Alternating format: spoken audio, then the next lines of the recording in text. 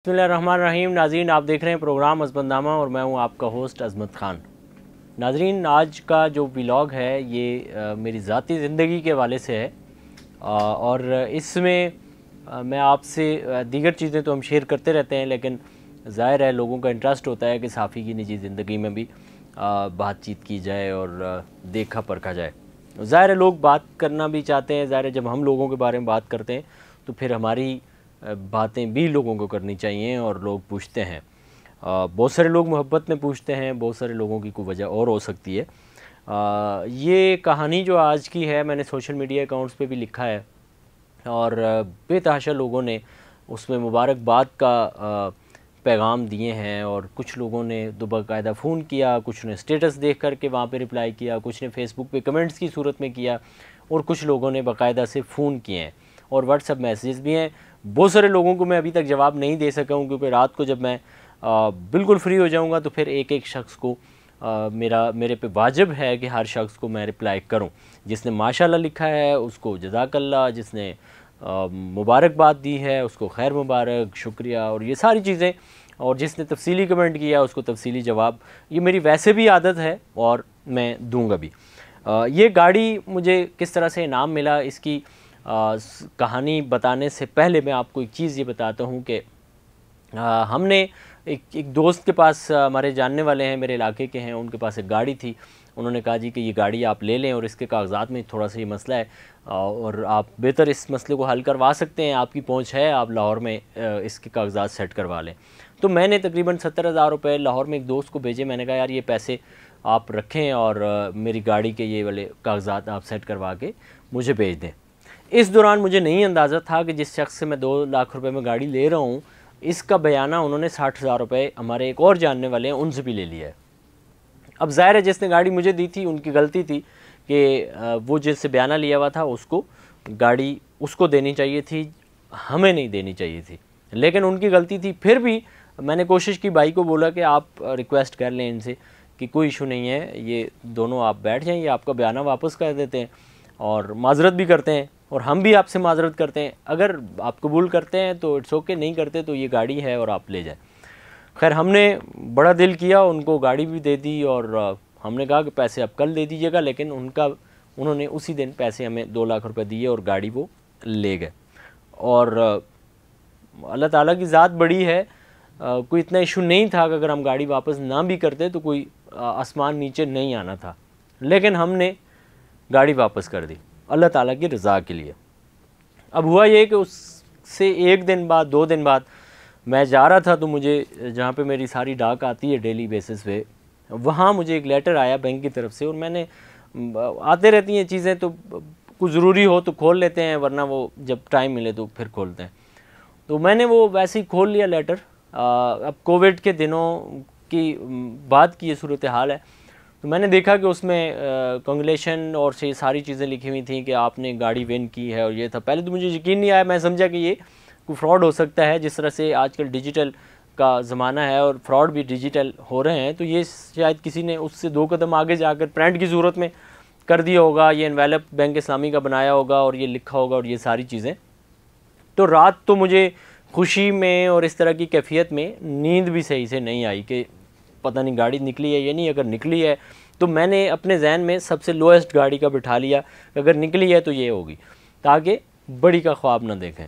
तो फिर हुआ ये कि मैं करीबी जो मेरी ब्रांच थी उसमें गया, उन्होंने मुबारकबाद दी कि यार ये जेन्युइन है और आपको गाड़ी मुबारक हो। फिर भी मुझे नहीं आया। मैं मदर ब्रांच कोरंगी में चला गया, वहाँ भी जब गया तो उन्होंने भी वहाँ पे बादशाह खान और उन्होंने मुबारकबाद दी। फिर उसके बाद फिर भी मुझे मतलब यकीन उस तरह से नहीं आया। मैं हेड ऑफिस चला गया। हेड ऑफिस में खैर उन्होंने ओके किया, उन्होंने कहा जी बिल्कुल आपकी गाड़ी निकली है और आप ये चीज़ें दे जाएं और आपको कॉल आएगी। अब कॉल नहीं आई, 1 महीना गुजरा, फिर मैंने खुद रब्ते करना शुरू किए। बैंक इस्लामी में हमारे एक आलिम दीन हैं, वो दोस्त हैं, उनके ज़रिए से रब्ते किए तो पता चला कि जी अभी हज सैलाब की वजह से चूँकि मामला डिले हो रहे हैं, वो मामलात गुजरे तो फिर हज सीज़न आ गया, वो गुजरा तो उम्रा का मुहर्रमुल हराम आ गया, वो भी पिछले साल की मैं बात बता रहा हूँ। तो जब ये सारा कुछ गुजर गया फिर भी मामलात हुए तो उन्होंने कहा जी बैंक की तरफ से कहा गया कि आप यकमुश्त पैसे ले लें और गाड़ी को छोड़ दें क्योंकि गाड़ी की कीमतें इंक्रीज़ कर गई हैं। और आप 8 लाख समथिंग ले लें, क्योंकि आप टैक्स पेयर नहीं है तो आपको ये पैसे हम कम दे रहे हैं। मैंने कहा भाई 8 लाख में कौन सी गाड़ी मिलती है। खैर वो कर आके उसके बाद हमारे एक दोस्त होते हैं PR डिपार्टमेंट में स्टेट बैंक में, उन सैफुल्ला खटक साहब, उनसे रब्ता किया। मैंने कहा जी ये मामला है, अब ज़ाहिर है स्टेट बैंक एक अथॉरिटी की हैसियत रखता है इन बैंकों के लिए, तो आप कोई बात करें। तो उन्होंने जा कर के मुतलका जो मैंने एप्लीकेशन दी थी वो उन्होंने पुटअप करवाई, और फिर उसके बाद ये हुआ कि बैंक इस्लामी ने थोड़े से एक्टिव होना शुरू किया। फिर हमें बुलाया, फिर कहा जी कि ठीक है हम आपको देते हैं, आप फाइलर हैं या नॉन फाइलर हैं। अब उस वक्त तक मैं फाइलर नहीं था। उसके बाद ये किया कि मैं फ़ाइलर हुआ और सारी चीज़ें अपनी डिक्लेयर करके जो भी एसेट्स थे अपने पास वो सारे कुछ करके फिर टैक्स पेयर हुए ताकि ये चीज़ बच जाए। उसके बाद बैंक ने बाकायदा से फिर बुला लिया, और ये मैं कहानी बता रहा हूँ 8 अप्रैल 2022 को मुझे लेटर आया था। फिर उसके बाद ये अभी 10 अगस्त 2023 को ये मुझे गाड़ी मिली है। इसके बीच काफ़ी सारी ये 1.5 साल का जो अरसा है इसमें ज़ाहिर है बड़े पापड़ बेलने पड़े हैं ये इनाम वसूल करने के लिए, लेकिन अलगर्ज़ के फिर मुझे ये गाड़ी दे दी गई है। ये इस तरह से था कि बैंक इस्लामी ने एक रमज़ानुल करीम में 2022 में पिछले रमज़ान में एक ऑफ़र शुरू की थी, जिसका मकसद ये था कि आप होम रेमिटेंस यानी कि जो घरेलू अखराजात वगैरह होते हैं ये अगर आप किसी जगह से ड्रॉ करते हैं रमज़ानुल करीम में तो आप ऑटोमेटिकली ख़ुदकार सिस्टम के तहत कुरानंदाज़ी में चले जाते हैं। फिर कुरानंदाज़ी जब होगी तो उसमें जिसके नाम निकलेंगे, कुर्रा फ़ाल जिसके नाम निकलेगा तो उसको बुलाया जाएगा और इनाम दिया जाएगा। तो वो ख़ुदकार सिस्टम के तहत जितने भी लोगों ने ट्रांजैक्शन की हुई थी वो सारे कुरानंदाज़ी में चले गए, और उसमें 2 कारें जो थी वो कराची के कस्टमर्स की निकली, फिर लाहौर वालों के मोटरसाइकिल, मोबाइल और इस तरह की चीज़ें निकली जिनको लाहौर में दिए और कराची वालों को यहाँ कराची में चीज़ें दे दी गई। तो फिर मुझे कहा गया जी कि अब आप क्योंकि टैक्स पेयर हो गए हैं तो अब आप 20% इस गाड़ी का जो टोटल मालियत है उसका 20% आप टैक्स फ़ाइल करें। अगर मैं फ़ाइलर ना बनता तो मुझे ये 40% देना था जो कि 11 लाख के करीब अमाउंट बननी थी, और टैक्स पेयर होने की सूरत में मुझे 20% देना पड़ा जो कि 5,24,000 बना।